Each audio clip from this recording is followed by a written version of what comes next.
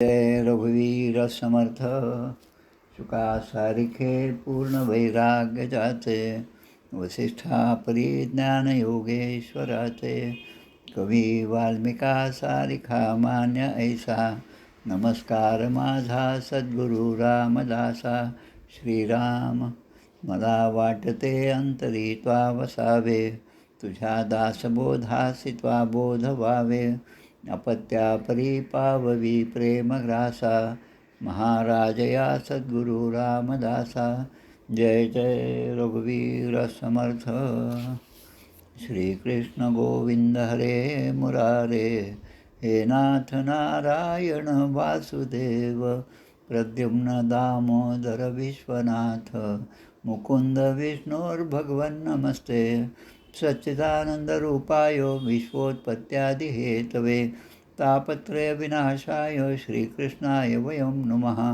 कृष्णाय वासुदेवाय हरये परमात्मने प्रणतक्लेशनाशाय गोविंदाय नमो नमः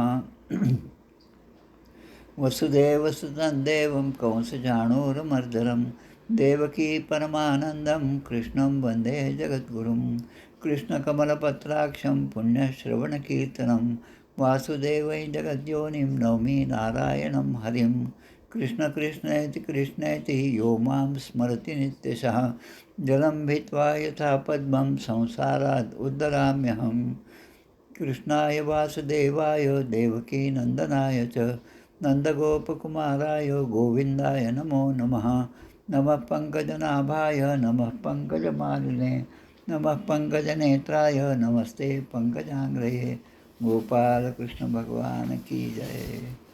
श्रीभगवानुवाच ज्ञानं परमगुह्यं मे यद्विज्ञानसमन्वितं सरस्यं तदङ्गं च ग्रहाण विदितं मया यावानहं यथा भावो यद्रूपगुणकर्मकः तथैव तत्त्वविज्ञानमस्तु ते मदनुग्रहात् अहमेवासमेवाग्रे नान्यद्यत्सदसत्परं पश्चादहं यदेतच्च यो वशिष्येत सोऽस्म्यहं ऋतेऽर्थे यत् प्रतीयेत् न प्रतीयेत् चात्मनि तद्विद्यादात्मनो मायां यथा भासो यथा तमः यथा महान्ति भूतानि भूतेषु चावचेष्वनु प्रविष्टान्यप्रविष्टानि तथा तेषु न तेष्वहम् एतावदेव जिज्ञास्यं तत्त्वजिज्ञासनात्मनः अन्वयव्यतिरेकाभ्यां यत्स्यात् सर्वत्र सर्वदा एतन्मतं समातिष्ठ परमेण समाधिना भवान् कल्पविकल्पेषु न विमुह्यति कदाचित् गोपाल कृष्ण भगवान की जय। एकादश स्कंद अवतरणिका। एकादश स्कंद प्रथमोध्याय यदुवंशाशी शाप होय जनक योगीश्वर संवाद द्वितीय नारद सांगे वसुदेवाशे ब्रह्म माया कर्मयोग तृतीयात भगवदावतार चतुर्थात आभक्तांची गती पंचमात पूजाविधी वर्णिली परमधामाशी यावे श्रीपती षष्ठात देव प्रार्थिती यादव प्रभास तीर्थ जाती उद्धव एकांती भेटत असे अवधूतोपाख्यान 7, 8, 9 दत्ताचे गुरुज्ञान अभिनव 10व्यात वर्णिली सोली व इह परभोग असारता बद्धमुक्त भक्तलक्षण एकादशीचे वर्णन सत्संग महिमा कर्मयोग कथन 12ोध्यायी हंस सनकोपदेश 13 भक्तियोग ध्यानविधी 14 सिद्धी विभिन्न लक्षण 15 विभूती वर्णन 16 वर्णाश्रम धर्म निरूपण 17व्यात केले कथन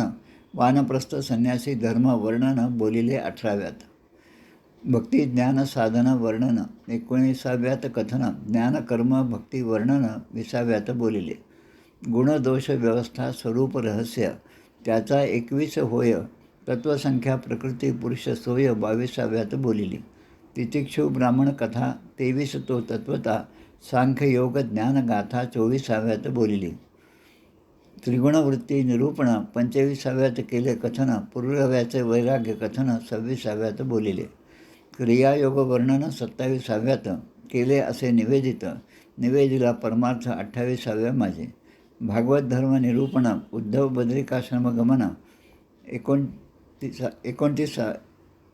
29व्यात कथन केले असे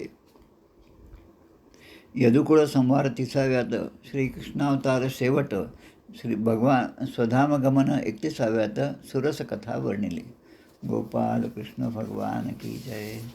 जय जय रघुवीर समर्थ. श्रीराम जय राम.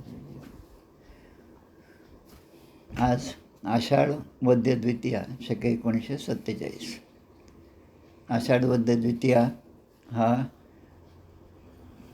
अक्काईच्या पुण्यतिथीचा दिवस. आता अक्काई म्हणजे कोण, तर श्री शंकराजी पंत देशपांडे आणि अक्काई या दोघांनी, समर्थांनी या दोघांची निवड केली वाई या गावामधून. वाईमधल्या 3 घराणे जे आहेत ते समर्थ संप्रदायामध्ये पुढे विलीन झालेले आहेत. त्यापैकी शंकराजी पंत देशपांडे आणि अक्काई यांना त्या ठिकाणाहून आपल्या योगीराज श्री कल्याण स्वामी यांच्याबरोबर ते ज्यांच्याबरोबर राहिले, त्यांच्या आज्ञेप्रमाणे ते डोमगावी गेले. जवळपास सन 1710 मध्ये ते डोमगावला होते आणि मग योगीराज कल्याण स्वामींच्या आज्ञेप्रमाणे ते आपचंद मठाकडे गेले. तत्पूर्वी हे दोघे जे आहेत ते काही काळ तुळजापूरच्या जवळ वढेहाळ नावाचं गाव आहे त्या ठिकाणी राहिले. या वढेहाळामध्येच या शंकराजी पंत देशपांडे यांनी देह ठेवला. वढेहाळामध्येच म्हणजे तुळजापूरच्या जवळच त्यांची समाधी आहे. आणि त्यानंतर यांना जे 3 मुलं झाली, शिवराम बाबा किंवा शिवाजी बाबा, भैरव बाबा म्हणजे भैरव बाबा आणि कृष्णाजी, अशी हे 3 मुलं आणि एक मुलगीसुद्धा त्यांना होती. हे 4घे जण आणि त्या आई म्हणजे अक्काई हे सगळे आपचंद मठाकडे निघाले. आपचंद या गावी, कर्नाटकामध्ये असलेल्या या गावी गेले. आपचंदचा उल्लेख खूप छान प्रकारे शिवराम स्वामींचे शिष्य सूर्यकवी यांनी आपल्या अष्टकामध्ये केला आहे. ते म्हणतात, राहे जो आपचंद वास करुणी वेणी तोरेच्या तिरी, स्थापी वायुकुमार मूर्ती बरवी देवालया भीतरी, त्याते सूर्यकवी स्मरोनी हृदयी, घे पादुका ते श्री, ऐसा श्री शिवराम सद्गुरू भजा, भक्तासी जो उद्धरी. आता पुढच्या वर्षी मार्गशीर्ष शुद्ध सप्तमी म्हणजे शके 1648मध्ये त्यांनी देह ठेवला. म्हणजे आता पुढच्या वर्षी 1948मध्ये त्यांची त्रिशताब्दी पुण्यतिथी आपण आपचंद मठामध्ये साजरी करणार आहोत. या शिवरामस्वामींच्या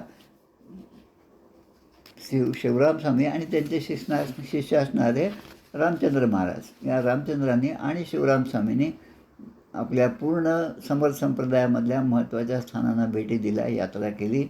त्यामध्ये पंढरपूरसुद्धा आहे, त्यामध्ये आमचं माहुली क्षेत्र आहे, संगम माहुली, त्यानंतर सज्जनगड आहे, त्यानंतर चाफळ आहे आणि त्या भागातले 11 मूर्ती याचं दर्शन, पालीचा खंडोबा याचंसुद्धा त्यांनी दर्शन घेतलं.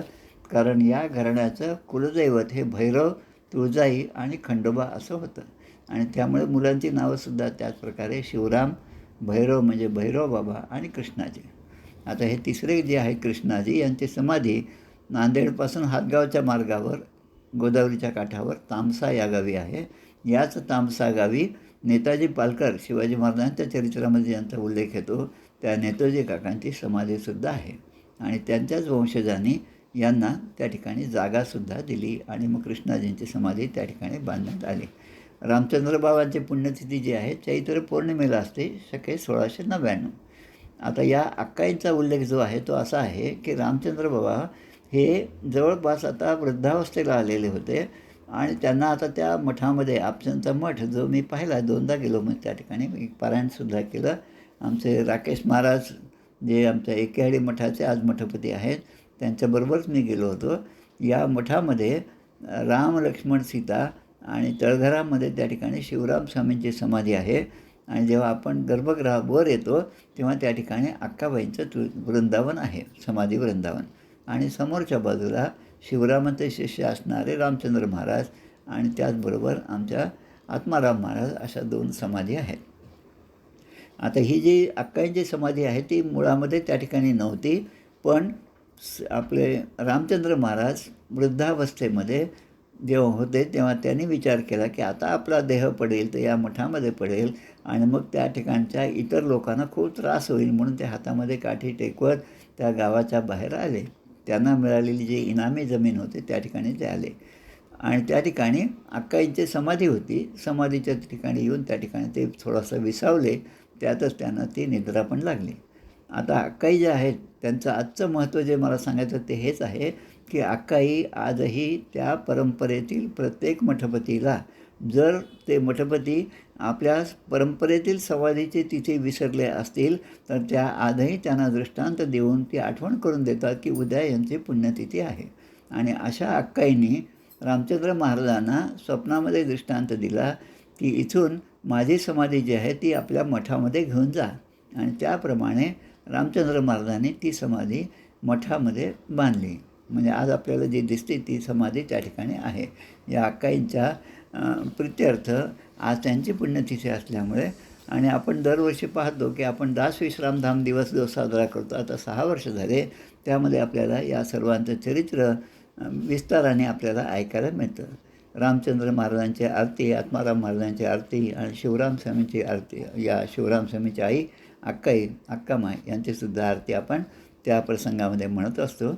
अगदी छोटीशी आरती आहे. जय जय अक्कामाये भक्ता दाविता निज सोये, उदरा आला ज्ञानराये महिमा वर्णिला नवजाये, अनुसया दत्त जननी कृष्ण माता नंद नंदिनी, तैसीच भासे तुमची करणी लीला दाविले याजनी, विनवणी अलौकिका धन्य होती जेणे लोक. असं त्या अक्कांच्या प्रती आपण साष्टांग वंदन करून आज त्यांच्या पुण्यतिथीनिमित्त त्यांना नमस्कार करूया. आता आपण आपल्या मुख्य विषयाकडे वळूया. मुख्य विषय जो आहे आपला तो 11व्या स्कंदामधला अध्याय 13वा, हंसरूपाने सनक इत्यादींना केलेल्या उपदेशाचे वर्णन. अर्थात यामध्ये जो संदर्भ येतो तो हंसगीतेचा संदर्भ येतो. ही हंसगीता मुळामध्ये 46 श्लोकांची आहे. संस्कृतमध्ये 46 श्लोक, आणि ती उपलब्धसुद्धा आहे. ती मी आपल्या समूहातसुद्धा दिलेली आहे. ती प्रत्येकाने वाचावी, इतकी छान आहे. महाभारताच्या युद्धामध्ये जेव्हा शांती पर्वामध्ये भीष्म पर्वामध्ये जेव्हा भीष्मांना याबद्दल ते विचारण्यात आलं तेव्हा त्याने संक्षेपाने ही सगळी हंसगीता त्या ठिकाणी उपस्थित असणाऱ्यांना सांगितली. आणि तीच हंसगीता याचा संदर्भ आपल्या ग्रंथराज दासबोधामध्ये सुद्धा आहे. गुरुगीता, रामगीता या सगळ्या गीतांचा संदर्भ उपनिषदे आणि भागवत. आता या हंसरूपाने सनकादिक ऋषींना त्याने उपदेश केला होता. ते वर्णन आता या अध्यायामध्ये येणार आहे. सुरुवातीला भगवान श्रीकृष्ण या ठिकाणी सांगत आहेत, सत्वम रजस्तम इति गुणा वर्धेर न चात्मनः सत्वेना अन्यतमो हन्यात सत्वम सत्वेन चैवही. अष्टधा प्रकृती आपण म्हणतो, पंचमहाभूत आणि 3 गुण सत्वरजतम यापासून आपलं हे जीव जन्माला आलेलं आहे, त्याचं शरीर धारण झालेलं आहे. आता सत्वरजतम हे जे 3 गुण आहेत ते 3 गुण हे बुद्धीचे गुण आहेत, आत्म्याचे नाहीत. भगवंत सांगतात सत्वगुणाचा जेव्हा त्याची वृद्धी होते तेव्हा तमाचा आणि रजोगुणाचा नाश होता.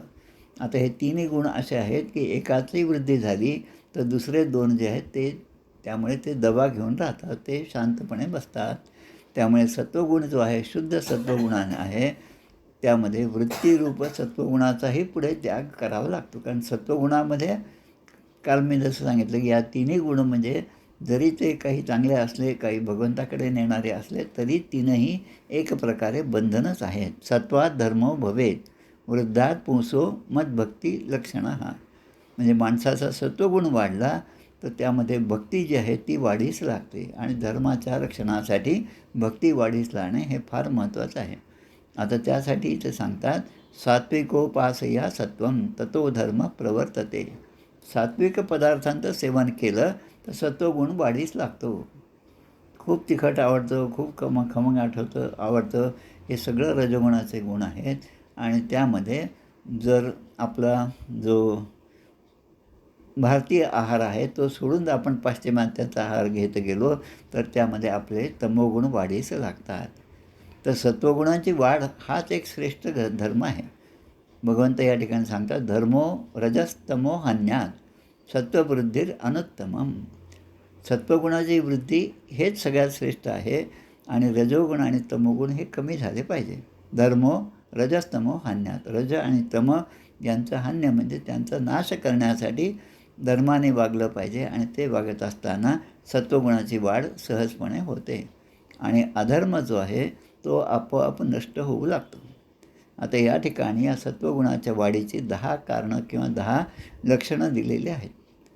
त्यामध्ये म्हणतात आपहा प्रजा देशः कालः कर्म च जन्म च ध्यानं मंत्रोऽथ संस्कारो दशैते गुणहेतवैः. ही 10 सत्वगुणाच्या वाढीची कारणं आहेत. आगम म्हणजे काय? आपण म्हणतो आगम निगम वेद. निगम म्हणजे वेद आणि आगम म्हणजे शास्त्र. 6ही शास्त्र, 18ही पुराणे, हरीसी गाते आपण म्हणतो ते 6 शास्त्र म्हणजे हे आगम आहे. त्यानंतर आप हा, नंतर प्रजा आहे, त्यानंतर देश, काळ, कर्म, जन्म, ध्यान, मंत्र आणि संस्कार या योगाने आपल्यातील सत्वगुणाची वाढीस लागतात. आता या ठिकाणी जे दिले ते मंत्र म्हणजे मंत्राच्या जपाने. मंत्र काय? मननेन त्रयते इति मंत्र. हा जे मनन केल्यानंतर पुन्हा पुन्हा त्याचं आवर्तन केल्यानंतर आपोआप आपल्यामध्ये सत्वगुण वाढीस लागतो. आता हे सगळं करण्यासाठी महत्त्वाचे जे आहे ते संस्कार आहेत. ते संस्कार जीवावर लहानपणापासून झालेले असले पाहिजे. जे साधू संत आहेत त्यांना पूर्वजन्मीचा हा ठेवा लाभलेला असतो आणि म्हणून लहानपणापासूनच ते त्याच पद्धतीने जशी मुलं लहान खेळतात तसंच ते खेळतात. आमच्या सोपान देवांच्याबद्दल असं सांगतात, ते लहान असताना, आता त्या काळातली गोष्ट आहे ती, ते आपले 2-4 दगडं गोळा करायचे आणि त्याच दगडांचे ते ठेवायचे, त्याची मांडणी करायची, हाच विठ्ठल आणि हीच रुक्माई. त्या जंगलामध्ये असणारे फुलं आणायचे, त्या फुलांनी त्यांची पूजा करायची. हा जो संस्कार आहे हा पूर्वसुकृतानुसार प्राप्त होतो. ततः सात्विकम एवैषा यद यद वृद्धाः प्रचक्षते निंदन्ति तामसं तद राजसं तद उपेक्षितम. आता या तिन्ही गुणांच्याबद्दल एक सांगितलं आहे की सनातन धर्म किंवा जे श्रेष्ठ लोक धार्मिक भावनेने धर्म जगतात, धर्माचं आचरण करतात, ते ज्या गोष्टीची प्रशंसा करतात. म्हणजे आपण लक्षात घ्या, एखादा चांगला माणूस आपल्या घरी आला, चांगला म्हणजे दिसायला वगैरे नाही पण संस्काराने संपन्न, ज्याच्यावर पाहिल्याबरोबर आपली श्रद्धा बसते, तो ज्या गोष्टींची प्रशंसा करतो त्या गोष्टी सात्विक आहेत हे लक्षात घ्यावं. रोज सकाळी उठलं पाहिजे बाबा असं जर त्याने सांगितलं तर सकाळी उठणं हे आपल्या धर्मामध्ये आहे आणि ते आपण करत नाही हे त्यांच्या लक्षात आल्यामुळे ते आपल्याला तसा उपदेश करतात. आता हेच श्रेष्ठ लोक जे आहेत ते ज्याची उपेक्षा करतात. आता उपेक्षा काय? कशाची उपेक्षा करतात? तर ते म्हणजे राजस गुण आहेत. राजस म्हणजे आरामात राहावं, कशाला सकाळी लवकर उठायचं, आरामशीर जीवन जगावं असं जर कोणी करत असेल तर ते राजस आहे, ते रजोगुणाची वाढीस कारण आहे. आणि हे लोक ज्याची निंदा करतात ते मात्र तामसी आहेत. आता आपल्याच देशातलं उदाहरण आपण जर घेतलं तर लक्षात येईल रजोगुणी कोण आहे, तमोगुणी कोण आहे. आणि श्रेष्ठ लोक जे आहेत, जे सात्विक वृत्तीचे आहेत, त्यांचं आचरण कसं आहे. आधीपासूनच सांगायचं राम मंदिराच्या उद्घाटनाला आम्ही जाणार नाही. हे सगळे तामसी वृत्तीचे आहेत आणि रजोगुणी वृत्तीचे आहेत, पण ते सत्वगुणाचे नाहीत. सत्व निंदन्ति तामसम तत्तद राजसम तद उपेक्षितम. राजसी लोक जे आहेत ती त्यांची उपेक्षा करतात. आता मग पुढे म्हणलेलं आहे ततो धर्मस्ततो ज्ञानम यावत स्मृतीर अपोहनम. आता धर्माची वाढ होणं की धार्मिक वृत्तीची वाढ होणं समाजामध्ये, त्याच्याने काय होईल की भगवंताबद्दलचं ज्ञान जे आहे ते सगळ्यांच्यापर्यंत पोचेल आणि त्या ज्ञानामुळे आत्मसाक्षात्कार करून घेण्याची सोय सहजपणे आपल्याला जीवाला प्राप्त होते. आणि असं करत असताना आपल्यामध्ये असणारे जे संशय आहेत मूलभूत, यावत स्मृतीर अपोहनम, ते संशय आपले सहजपणे दूर होतात. आणि म्हणून आपल्याला या महाभारताच्या आदिपर्वामध्ये सांगितलेलं आहे यतो धर्मस्ततो जयः. आता पूर्ण श्लोक छान वेगळा आहे. धर्मेण हन्यते व्याधी हन्यन्ते तथा ग्रहाः धर्मेण हन्यते शत्रू यतो धर्मस्ततो जयः. पूर्ण श्लोक त्या महाभारताच्या आदिपर्वामध्ये दिलेला आहे. धर्मेण हन्यते व्याधी, धर्माच्या आचरणाने काय होतं तर आपल्या व्याधी म्हणजे शरीराला असणाऱ्या व्याधी यांचं हन्यन्ते म्हणजे त्या दूर होतात. हन्यते वै तथा ग्रहाः. आपण ऐकतो कोणाकडून की आमच्या जे काय ग्रह आहेत जन्मकुंडलीमधले ग्रह जे आहेत त्याचा आम्हाला त्रास आहे म्हणून आम्हाला अशी दशा प्राप्त होती. पण धर्माच्या आचरणाने ही ग्रहाची दशासुद्धा दूर होते. धर्मेण हन्यते शत्रूचा सुद्धा विनाश धर्मानेच होतो. आणि नहि ज्ञानेन सदृशं पवित्रम इदमिह विद्यते तत्स्वयं योग संसिद्ध कालेनात्मनी विंदती. गीतेमध्ये 4थ्या अध्याय म्हटलेलं आहे की जसं आता पुढे ते म्हणतात वेणू संघर्ष जो वन्नीर दग्ध्वा शाम्यती तद्वनम. लहानपणी आम्ही बऱ्याचदा या खेड्यामध्ये असताना पाहिलं.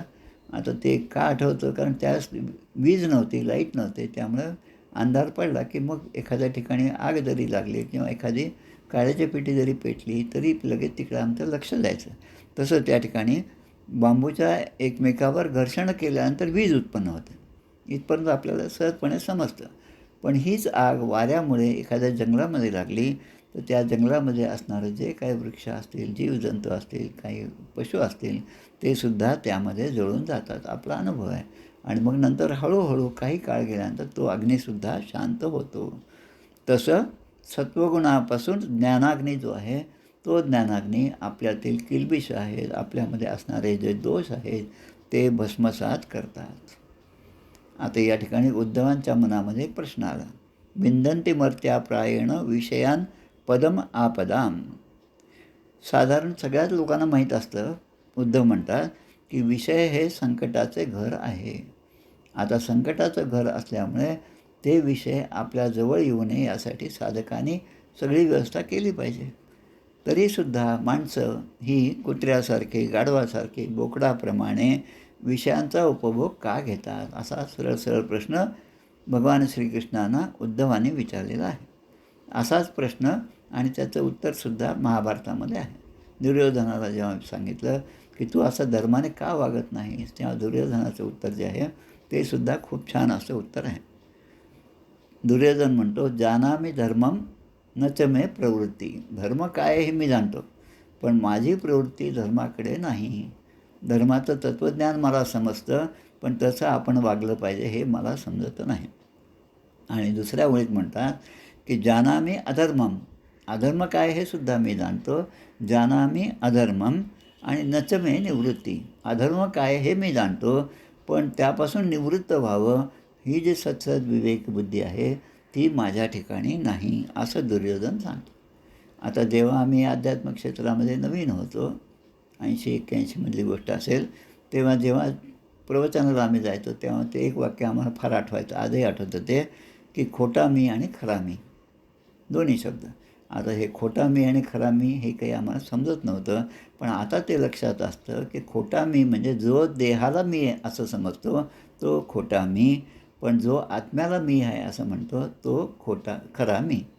आमच्या अक्का वेलणकर ज्यांच्या शताब्दीनिमित्त ही सगळे आपण सेवा करत आहोत या श्रीमद भागवताची, ज्या अक्काने जवळपास 400-500 भागवत सप्ताह केले होते, त्यांच्यापासून प्रेरणा घेऊन आम्ही दोघांनी भागवत सप्ताहाला सुरुवात केली. तर त्यामध्ये ते म्हणतात, आता या ठिकाणी हा श्लोकसुद्धा आलेला आहे की संकटाचे विषय हे संकटाचे घर आहे, मग त्यापासून दूर का नाही राहत माणूस, असा प्रश्न या ठिकाणी उद्धवांना विचारला. तेव्हा भगवंत सांगतात की देह हाच मी असे जे. तर आमच्या अक्का आम्हाला त्या सांगायच्या, त्यांची प्रवचनं ज्यांनी ऐकले असेल त्यांनासुद्धा आजही आठवत असेल. माईकवरून बोलताना त्या सांगायच्या, मला जर कोणी विचारलं की तू कोण आहेस, तर त्या अक्का अशा छातीवर हात मारून घ्यायच्या आणि माईकमध्ये तो आवाज खूप मोठा ऐकू यायचा. ते म्हणतात, मी सच्चिदानंद स्वरूप आहे, मी अक्का वेलणकर आहे, असं त्या म्हणत नव्हत्या, मी सच्चिदानंद स्वरूप आहे. आमचे रामकृष्ण परमहंस जे आहेत ते जेव्हा दुसऱ्याला उपदेश करत होते तेव्हा ते सांगायचे की या ठिकाणी माझ्या ठिकाणी जो बसलेला आहे तो मला सांगतो आणि त्याप्रमाणे मी बोलत असतो. माझी कालीमाता माझ्याकडून हे बोलवून घेत आहे, वदवून घेत आहे, असं ते म्हणाले. म्हणून देहाविषयी मी ममत्व ही खोटी कल्पना जेव्हा उत्पन्न होते तेव्हा आपल्या ठिकाणी असणारा सत्वगुण हा हळूहळू कमी होतो आणि रजोगुण आणि तमोगुण हा वाढीस लागतो, असं भगवंताने त्या ठिकाणी एका श्लोकामध्ये सांगितलेलं आहे. आता पुढे सांगतात की रजोगुणाने एकदा मन घेरलं, 4 लोकात मी चांगला दिसला पाहिजे, इस्त्रीचे कपडे असल्याशिवाय मी कसं काय कॉलेजमध्ये जाऊ, असं एकदा माझ्या मनामध्ये आलं की मग मी रोज इस्त्रीशिवाय जायचं म्हणजे काहीतरी आपलं फारच काही म्हणजे काय म्हणतात बावळटपणा दिसेल असं मनामध्ये येतं. आणि मग त्यासाठी त्याचं महत्त्व इस्त्रीच्या कपड्यांचं मग सुरू होतं. मग संकल्प आणि विकल्प ह्या रजोगुणामधून निर्माण होतात. सारखं विषयाचं चिंतन केलं की मग तेच विषय आपल्या मनामध्ये घर करून राहतात. विषयजनित सुखे सौख्य होणार नाही, तुझं विण रघुनाथा बोखटे सर्व काही. पण हे केव्हा लक्षात येतं? जेव्हा माणूस 4 ग्रंथाचं वाचन करतो आणि त्यामध्ये मन लावून त्याचा अर्थ समजून घेण्याचा प्रयत्न करतो तेव्हाच. आता ज्या कामनांच्या अधीन झालेला जो माणूस आहे, अनेक प्रकारच्या कामना आपल्या मनामध्ये क्षणोक्षणी निर्माण होत असतात. आता त्यांच्या मागे मी जायचं का नाही, का त्यांना विरोध करायचा, हे ज्याचं त्यांनी ठरवायचं. आणि त्यासाठी बुद्धी दिली भगवंतानी, त्यासाठी विवेक पण दिलेला आहे. आणि ज्या माणसाच्या कामना नष्ट झालेल्या नाहीत आणि मन ताब्यात नाही, मग त्याला दुःखदायक अशी तो कामं करतो आणि त्यामधून सुखाची इच्छा करतो, पण ते सुख त्याला न मिळता त्याला दुःखच प्राप्त होतं. रजस्तमोभ्याम यद्यपि विद्वान विक्षिप्त धीः पुनः अतींद्रियो मनोयुंजन दोषदृष्टीर न सज्जते. आता माणसाने सावधगिरी बाळगून आपलं मन जे आहे ते विषयांपासून खेचलं पाहिजे आणि अंतर्मुख झालं पाहिजे. आणि अंतर्मुख झालं की आपल्यातले दोष हे हळूहळू कमी होत जातात. आता याबद्दल एक इतिहास जो आहे आपला श्रीमद भागवतामध्ये पूर्वी पण झाला आहे, तो म्हणजे सौभरी ऋषींची कथा. 9व्या स्कंदामध्ये सौभरी ऋषींची कथा येते. त्या अध्यायामध्ये इक्ष्वाकू वंशाचं वर्णन आहे, मांधाता ऋषींचं वर्णन आहे, मांधाता राजा जो आहे त्याचं वर्णन आहे, आणि सौभरी ऋषींची कथा आहे. मांधाता आणि त्यांची पत्नी बिंदुमती यांच्या पोटी 3 पुत्र झाले, पुरुकुत्स, अंबरीष आणि मुचकुंद. मुचकुंदाचं आख्यान आपण ऐकलं दशमस्कंदामध्ये शेवटी कालयवनाला मारण्यासाठी मुचकुंद ऋषी. पुरुकुत्साचं आख्यान आहे. आणि अंबरीष जो आहे की अंबरीष काय की ज्याच्या कारणाने भगवंताला 10 जन्म घ्यावे लागले, 10 अवतार घ्यावे लागले, ते अंबरीष ऋषी. आणि ह्यांच्या व्यतिरिक्त म्हणजे या 3 पुत्रांच्या व्यतिरिक्त मांधाता बिंदुमती यांच्या पोटी 50 कन्या झाल्या.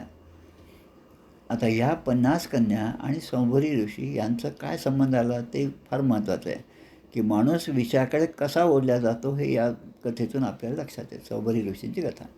सौभरी ऋषींनी आत्तापर्यंतच्या आयुष्यामध्ये भरपूर पुण्य कमावलं, भरपूर अनुष्ठानं केली, व्रतवैकल्य केली, आणि एवढं सगळं करून जे ज्ञानसंपादन केलं ते काही क्षणापुरतं त्यांचं सगळं नष्ट झालं. आणि त्याचं कारण काय? पाण्यामध्ये मत्स्याचं मैथुन त्यांनी पाहिलं.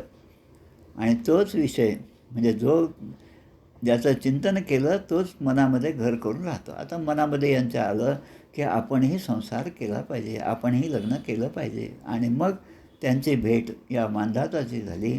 मांधाता राजाने सांगितले की माझ्या 50 कन्या आहेत, त्यापैकी जी कन्या तुला वरेल तिच्याशी तू लग्न कर आणि संसार कर.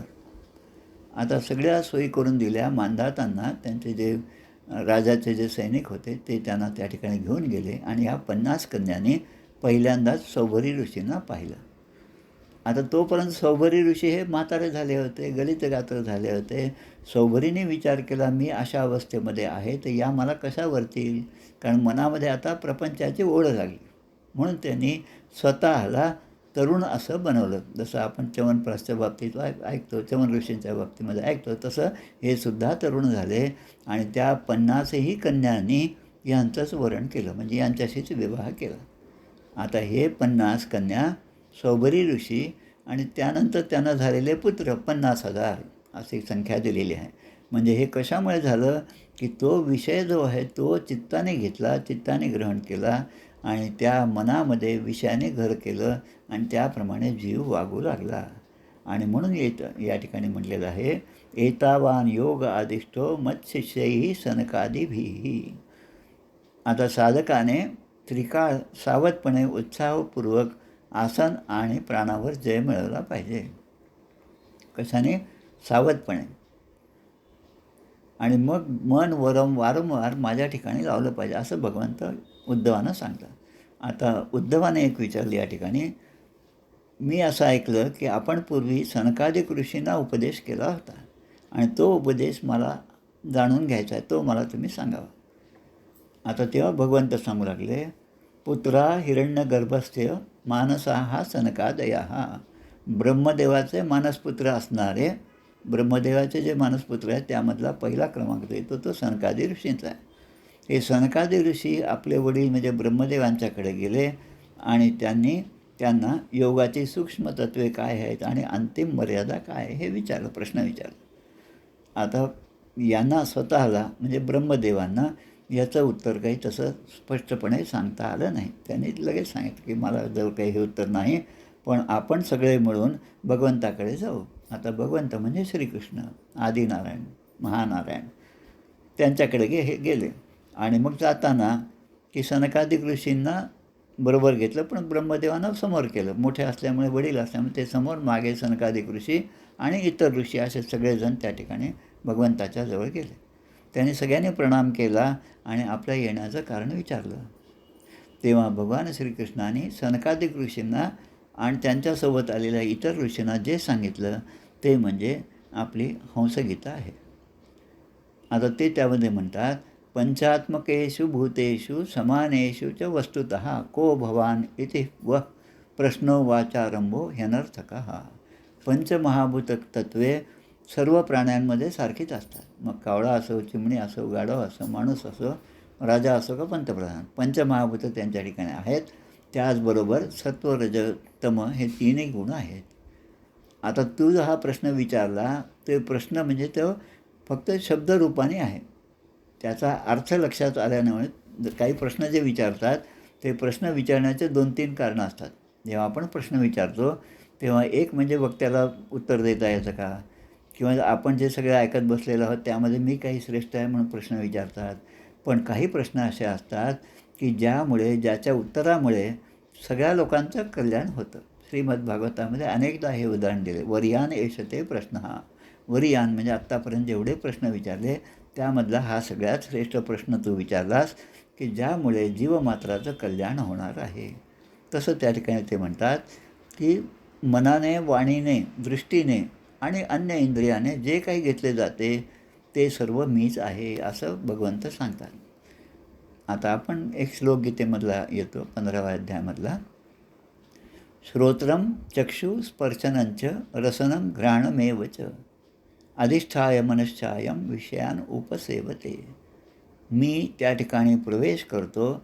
सगळ्या इंद्रियांचे जे अधिष्ठात्री देवता आहे ती आणि मन या ठिकाणी मी असल्यामुळे डोळ्याने का असेना, चक्षु डोळ्याने, श्रोत्र कानाने असेना, स्पर्शाने सुद्धा का असेना, रसनं म्हणजे रस जे आहेत, रसाचा आस्वाद घेणं हा सुद्धा एक विषय आहे, आणि घ्राणमेवच सुगंध घेणं, या सगळ्यांच्या ठिकाणी मीच त्यांच्या मनामध्ये अधिष्ठान माजत असतं आणि विषयान उपसेवते, विषयांना त्याचं सेवन मीच करत असतो असं त्या ठिकाणी सांगितलं.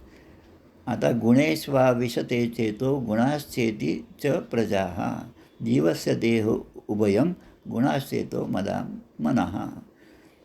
चित्त विषयाकार होते आणि ते विषय चित्तामध्ये राहतात, वासना रूपाने राहतात, आणि मग विषय आणि चित्त या दोघांच्या घोळाने जीव जो आहे तो त्यामध्ये गुरफटला जातो.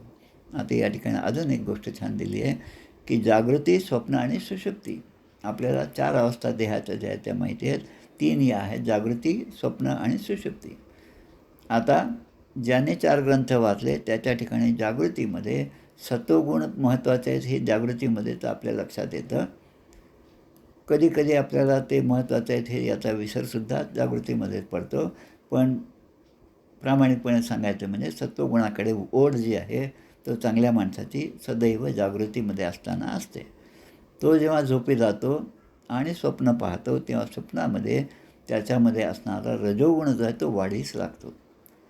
आणि मग त्या झोपेच्या पुढे, स्वप्नाच्या पुढे की ज्या ठिकाणी सुषुप्ती अवस्था आहे, आता कुणी हाक मारले तरी त्याला काही जाग येत नाही, त्या सुषुप्ती अवस्थेमध्ये तमोगुण वाढीस लागतो.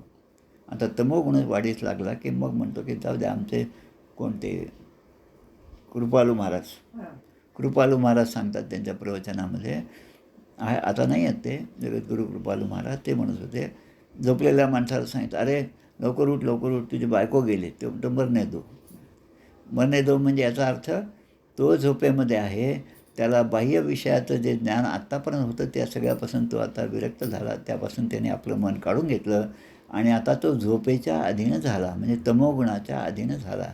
आणि त्यामुळे कोण काय म्हणतं याच्याकडे लक्ष नसतं. खूप गोंधळ असला तरी जो तमोगुणी आहे त्याला त्या ठिकाणी सुद्धा छान झोप लागते. आणि मग म्हणतात ज्या अर्थी हे बुद्धीमुळे झालेले बंधन आहे आणि हे बंधन माणसाला तिन्ही अवस्थामध्ये बांधून टाकतं: जागृती, स्वप्न आणि सुषुप्ती. आता याच्या पलीकडची एक अवस्था आहे तिला तुर्यावस्था म्हणतात. या तुर्यावस्थेमध्ये आपण मनाशी एकाकार झालो, आत्म्याशी एकाकार झालो. आत्मा म्हणजेच मी आहे हा बोध या तुर्यावस्थेमध्ये होतो. रामकृष्ण परमहंसांच्या परंपरेमध्ये भगवान श्रीरामकृष्णांचे जे 16 शिष्य होते त्यामध्ये एका शिष्यांचं नाव आहे तुरीयानंद. तुरिया याचा अर्थ अलौकिक, अलौकिक असा आनंद. जो लौकिकामध्ये आनंद असतो त्यापेक्षा जास्त आनंद माझा आत्मा परमेश्वराशी मी एकरूप केल्यानंतर मला जो आनंद मिळतो तो फार महत्त्वाचा आहे. आता त्यामुळे काय होतं की अनेक प्रकारचा भ्रांती मनुष्याच्या ठिकाणी असतात, त्या आपोआप मावळत जातात. आणि मग असा जो माणूस आहे तो स्वप्नामध्ये असलेला माणूस जसा स्वप्नाच्या आनंदामध्ये असतो, पण जागा झाल्याबरोबर ते स्वप्नातलं सुख असो किंवा दुःख असो हे चुकीचं आहे, हे खोटं आहे, हे त्याच्यानंतर लक्षात येतं. तसं आता या ठिकाणी सांगितलेलं आहे. जो बाल्य, तारुण्य या शरीराच्या ज्या अवस्था आहेत ज्या नेहमी बदलत राहणाऱ्या आहेत. लहानपणी मी असा होतो, हा माझा फोटो, शाळेत जाताना मी असा होतो, कॉलेजमध्ये जाताना असा होतो, हे जे आहे हे जे स्थित्यंतर जे आहे याचा अनुभव, एक मिनटं,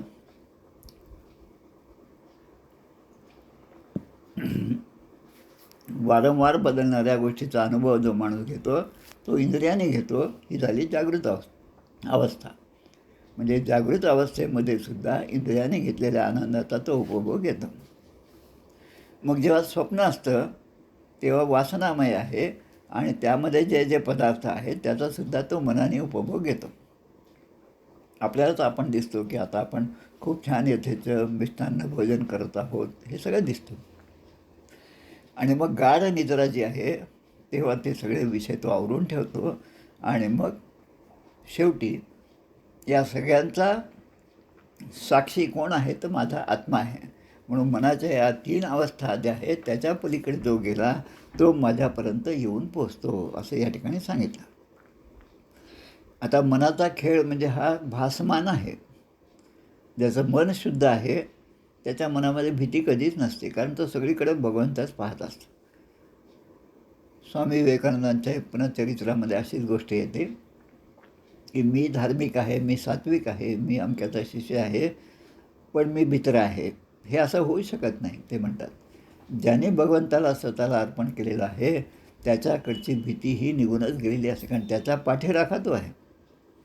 विठुराया पाठीराखा आपण रोज ऐकतो तसं. आता या ठिकाणी साधकाने हे जग जर नजरेआड केलं, म्हणजे जग नजरेआड करणं म्हणजे कसं आहे, प्रकृती विवेके संहारे, दृश्य आस्ताचं ओसरे, विचारे प्रकृती संहारे. समर्थ आपल्याला सांगतात दासबोधामध्ये हे सगळ्या गोष्टी येतात की विचाराने प्रकृतीसमोर जे काय दिसतं त्याचा नाश करणं. विचाराने नाश करणं म्हणजे काय हातात तलवार घेऊन दुसऱ्याला मारायचं असं नाही, पण सगळे जर गर्दीमध्ये आपण बसलेले असतानासुद्धा आपण एकांतामध्ये जर विचार करू लागलो, भगवंताशी एकरूप झालो, तर बाह्य परिस्थितीचा परिणाम आपल्यावर होणार नाही. अशी अवस्था आपली प्राप्त झाली पाहिजे आणि मग खऱ्या अर्थाने आत्मानंदामध्ये आपण निमग्न होतो. आता या ठिकाणी एक उदाहरण दिलेलं आहे. देहंच नश्वरम अवस्थितम उत्थितम वा सिद्धो न पश्यती यतो अध्यगमत स्वरूपम.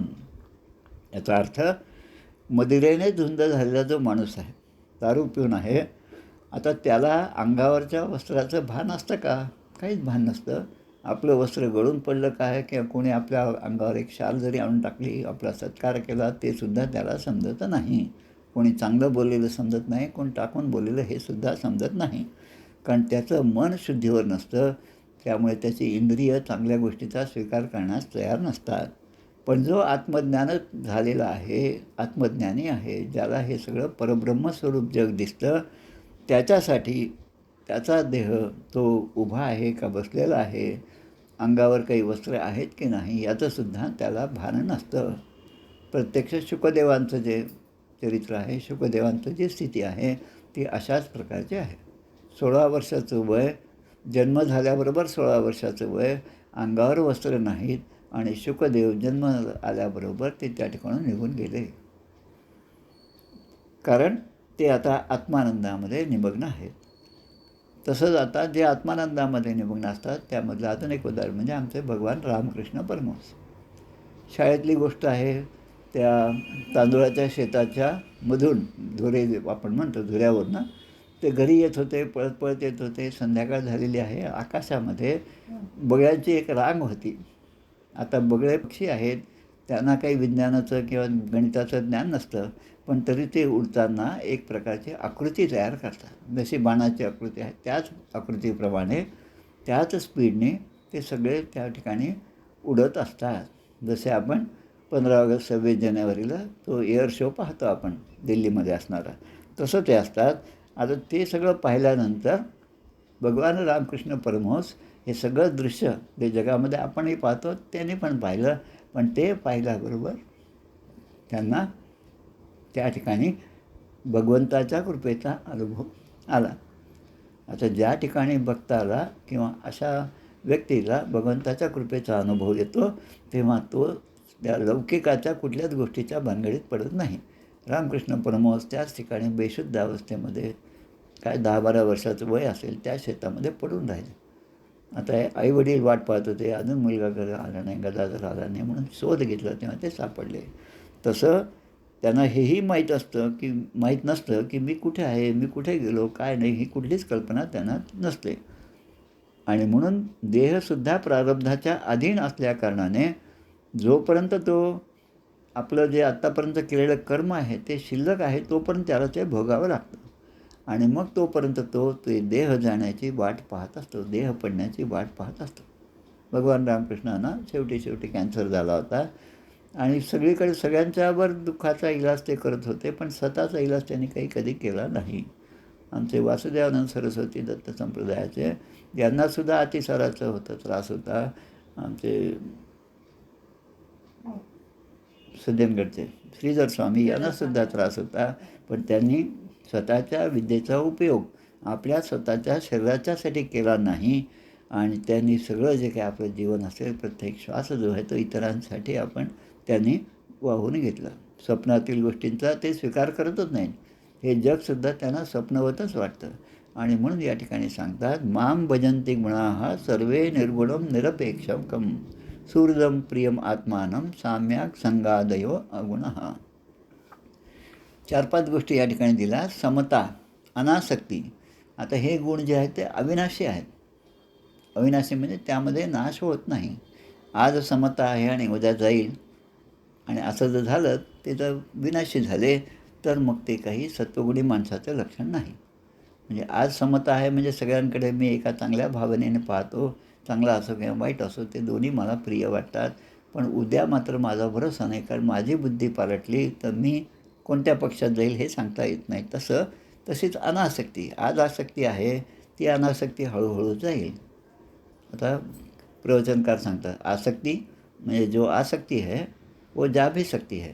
ती कशी की भगवंताच्या नामाने, भगवंताच्या नामाच्या उच्चाराने, भगवंताच्या लीलांच्या कीर्तनाने, श्रवणाने, त्यांच्या ग्रंथाच्या वाचनाने हळूहळू ही आसक्ती आपली कमी होत जाते.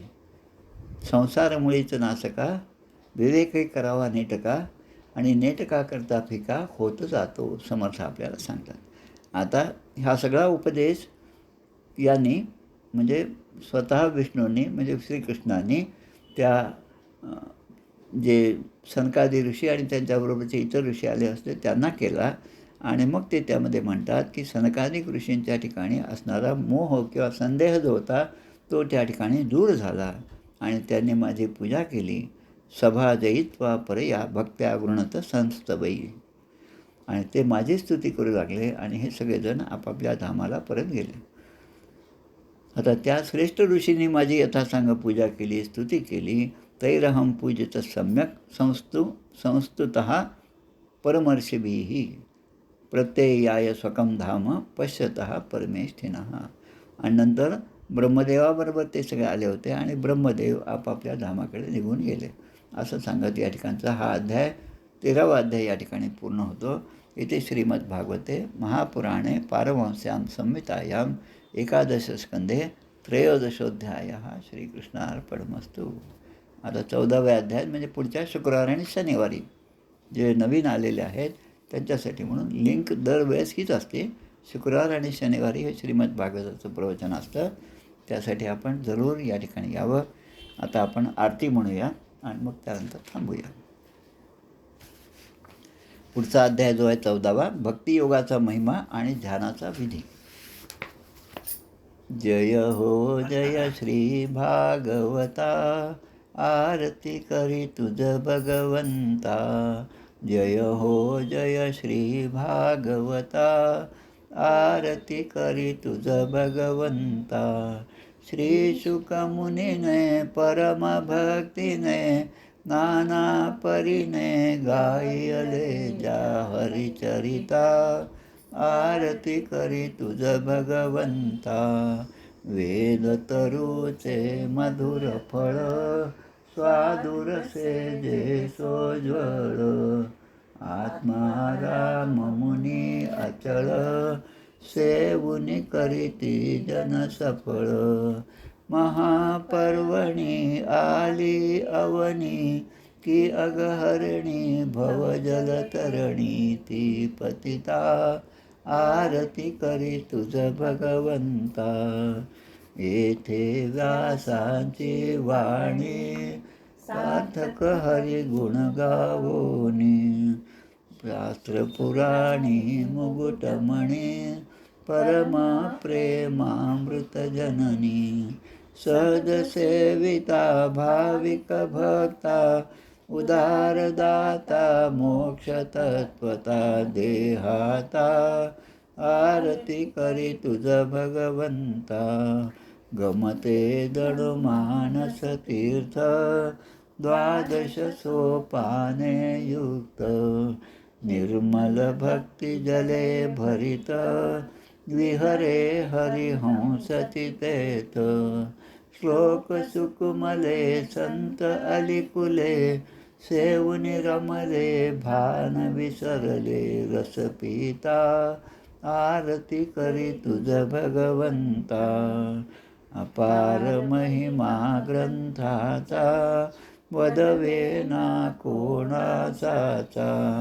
मेवा कविवर संतांचा, प्राणची कीर्तनकारांचा. जणू बोधाचा स्वयंप्रभेचा, द्वादश कळीचा रवी अंतरीचा तमहर्ता. आरती करी तुझ भगवंता. ग्रंथ नवे हा श्रीकृष्ण, गीते वेधी मन पूर्ण. अनन्य होता या शरण, खचित टळे जन्म मरण.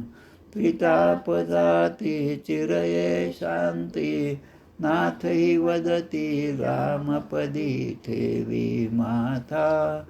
आरती करी तुझ भगवंता. जय हो जय श्री भागवता, आरती करी तुझ भगवंता. गोपाल कृष्ण भगवान की जय. जय जय रघुवीर समर्थ. श्रीराम जय राम, जय जय राम.